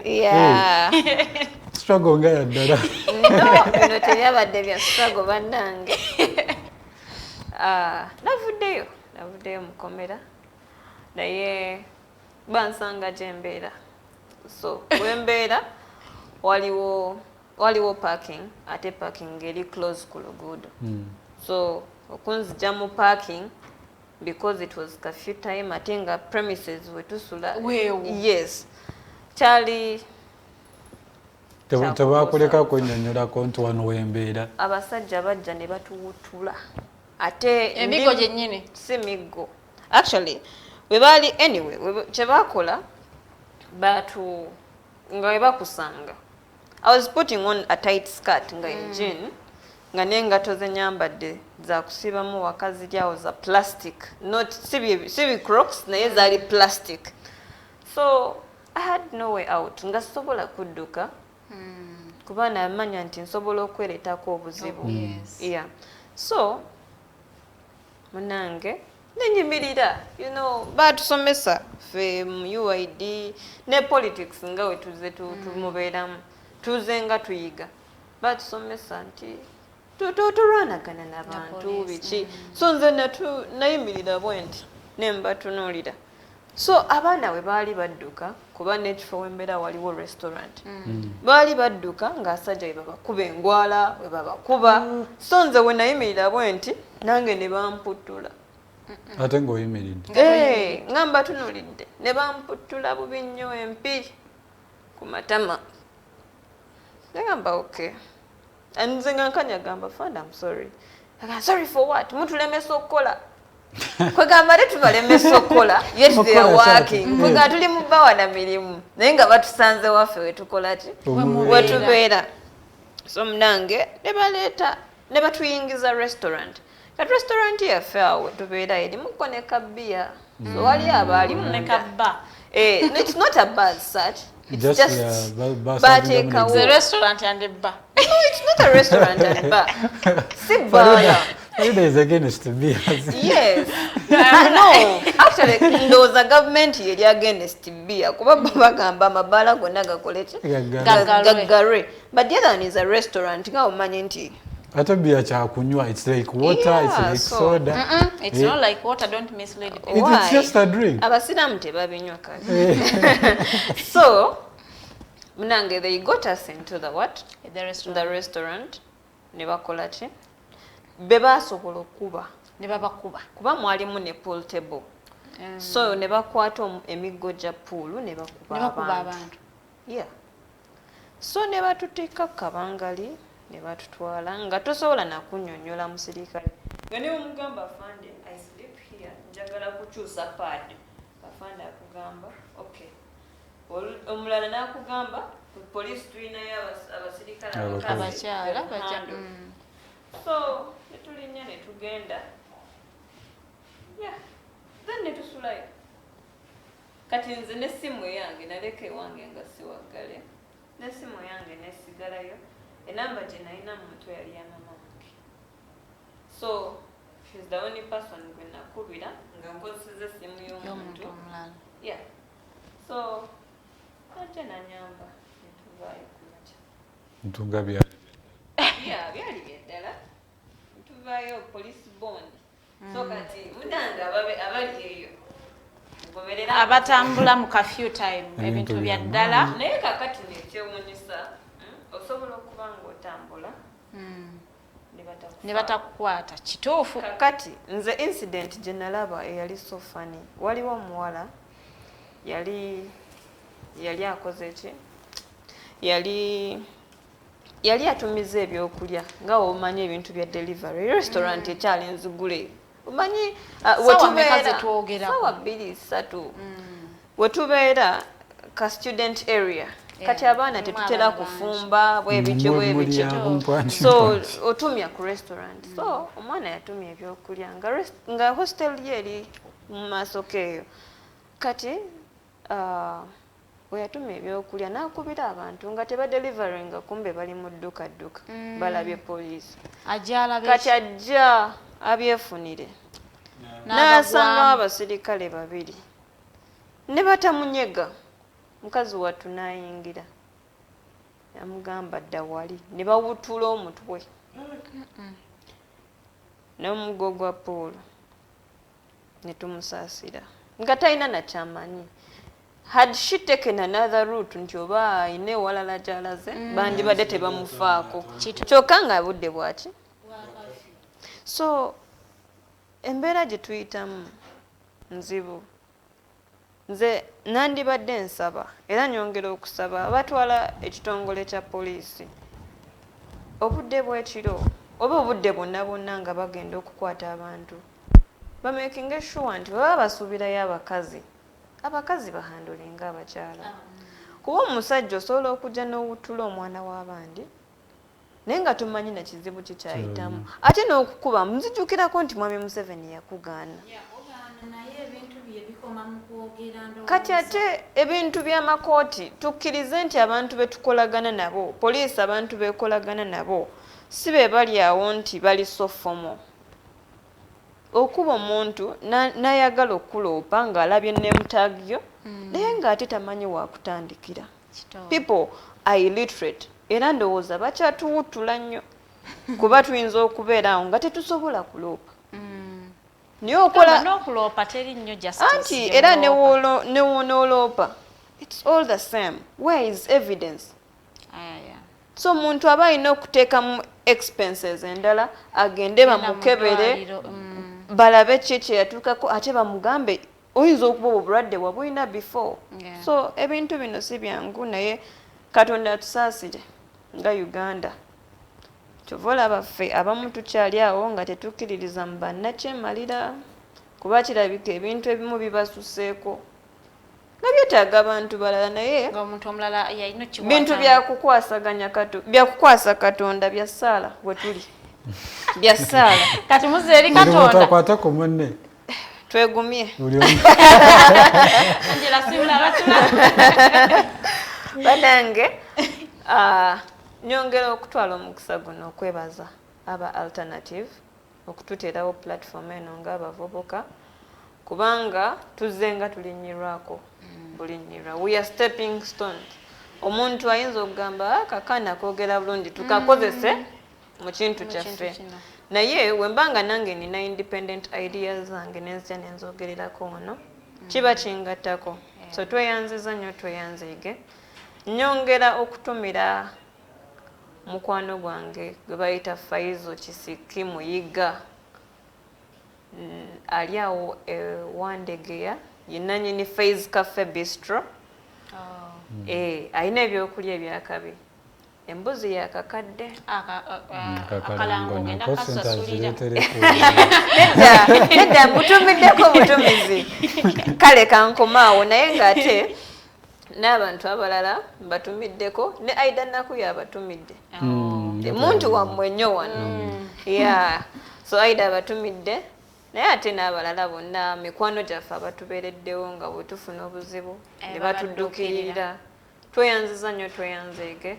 Njagala nnyo taata wange mwami Kiwanuka Lawrence Nsereko ye number 1 fan wange abalala bonna newe mugenda oye asigala kyaliwo so maybe ne sisters bange njagadde nga bukonkluding ogambe n'abavubuka abali nga ba politicians batyo how to get together. Ogambe the only way out if not election is for united. Wow abavubuka nze entanda gye njagala obasibirira njagala kubagamba nti twewala okukozesebwa ate tumanye kye twagala ate we tumanye kye twagala tuleme kudda okugamba nti bya ssente tulowooze ku kya ssente bave mu politics w'ekigaati bwe tubanga tukkiririza mu politics tumanye nti mission weba yakuggyako Museveni ebeere yeeyo naye ng'ate we tubeera awo nga tutunulira ssente tetujja kutuuka tetwagala kugenda era Museveni sente zonna z'oba oyagala bajja zikuwa akusirise osirike yeah so tumanye tetwagala naye nga abavubuka twetegeere kubanga waliwo abantu abali mu lweggulo lw'obulamu bwabwe so webaba nga balimu obudde fe abagenda okutwala Uganda mu maaso bwe bali babavuddewo so twebeereremu ate tutandike right now. Olunaku lwa leero waliwo grand launch ya the transition agenda wali kujema offices emengo tugenda kubanga tugistreaminga live that event so tubagamba mwekumire ku alternative digital page eri the alternative Uganda on Facebook tugenda kubanga tubalaga byonna bigenda kubeera ye wali eri kujema offices aba PFT nga balanchinga agenda yaabwe bikibye bagenda okukola kiki kyebazaako nabo bajja tuwa conferences ezisuse oba bagenda ku ground byonna amaso gabeere ku the alternative Uganda Facebook. We are going to be streaming live the whole event kuva guna bagutandikira paka iguna komekereza bani abegaseeko ku kibiina bameka abaliyo babano tebagala joininga PFT naye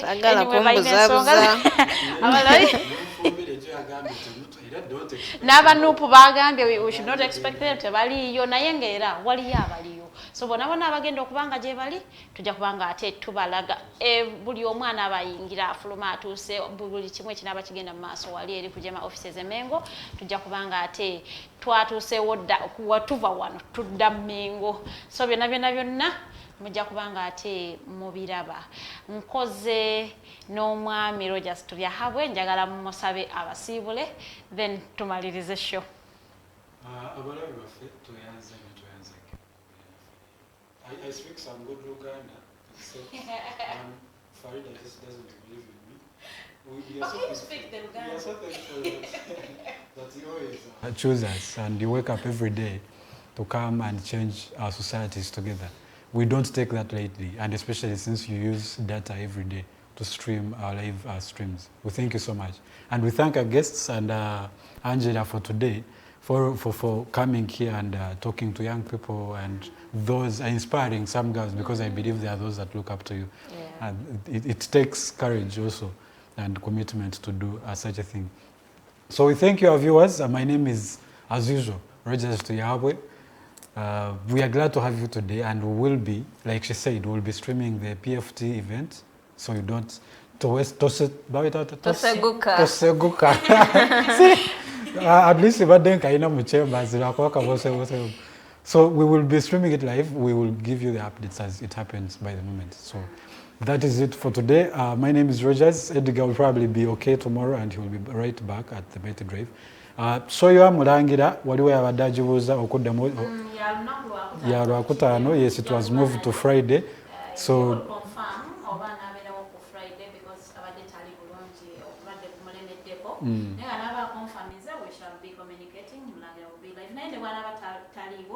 tuli kukwasaganya bikamanya ekikakyo n'ennonoyo so tujja kubanga tubagamba kikaki kye tuzaako fenno tukubakasa kanyama tubaza mu politics ne tubaza eri abantu kyabiriko so ne tubaza mulangira eyo ye main intention eyasho ya mulangira nti ate abaana tubazeeyo ku bujajja tubazeeyo ku nnono buli muntu amanye ekikaki abantu mutuuma amannya agatali gaabwe agatali gaabika byabwe ensonga lwaki tubagamba olwokutaano mubeereeko muyige. I want to confess I am a great fan of Angellah.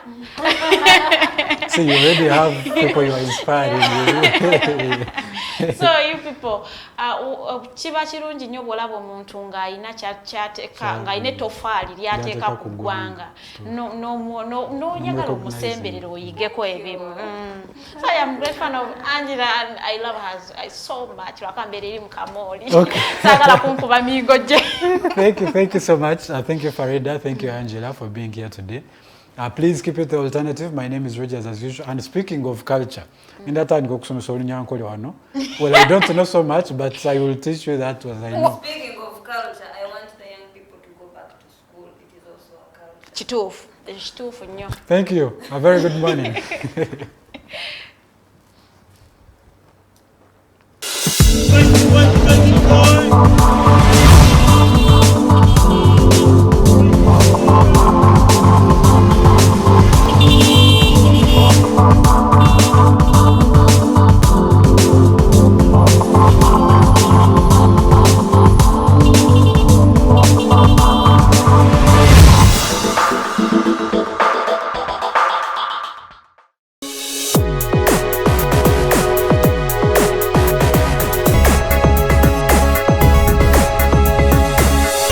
The Alternative Dig Talk. Real issues, real talk.